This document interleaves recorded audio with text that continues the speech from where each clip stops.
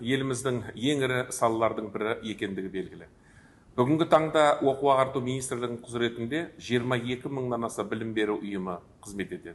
Бұл 11 мың балабақша, 8 мыңға жуық мектеп, 800-ге жуық колледж, 7 миллион бала мен 500 мыңнан астам педагог қызмет етеді. Сондықтан жүйені үздіксіз сапалы дамыту ведомствоның маңызды міндеттерінің бірі болып саналады. Мектепке дейінгі оқыту мен тәрбиелеудегі дамытуға ерекше көңіл бөлінуде. Биыл президенттің тапсырмасына сәйкес 81 мың жаңа орын пайдалануға берілді. Мектепке дейінгі ұйымдардағы орындарды бөлуде ашықтық пен айқындықты қамтамасыз ету мақсатында балабақшаға кезекке қоюдың бірыңғай деректер базасы әзірленуде. Мемлекеттік органдардың ақпараттық жүйелермен интеграция жүргізу арқылы ата-аналардың құжаттарды жинауы қажет етілмейтін, барлық деректер автоматты түрде расталатын болады. Әлеуметтік аз қамтылған отбасыларды қолдау мақсатында 1 қыркүйектен бастап балабақшаға баратын 97 мыңнан астам бала тегін ыстық тамақпен қамтылды.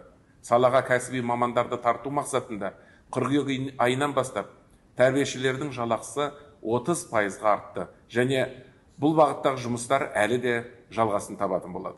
Балалардың қауіпсіздігін қамтамасыз ету үшін білім беру ұйымдарындағы сақтық шаралары күшейтілді. Бүгінгі күні білім беру мекемелеріндегі техникалық жарақтандыруға толықтай қол жеткізілді. Бұл бейне бақылау камералары, дабыл түймелері, турникеттер мен арнайы күзет қызметкерлері. Балаларды зорлық, зомбылықтан, суицидтің алдын алудан қорғау, олардың құқықтары мен әл-ауқатын қамтамасыз ету мақсатында кешенді жоспар қабылданды.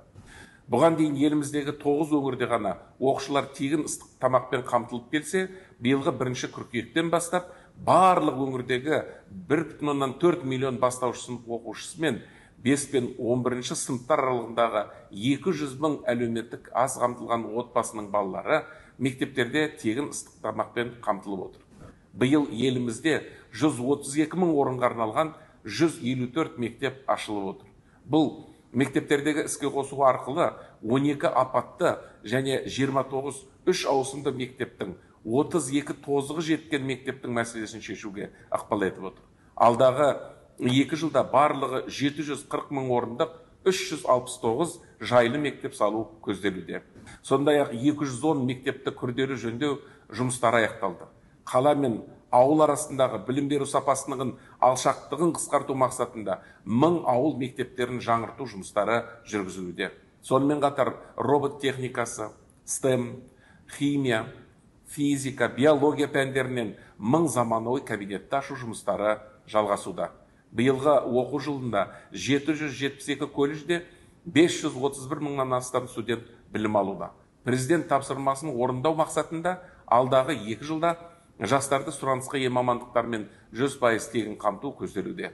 25 жылы мемлекеттік тапсырыс көлемі 155 мыңға дейін артатын болады. Оның 70%-ын техникалық мамандықтарға бағыттау жоспарланып отыр.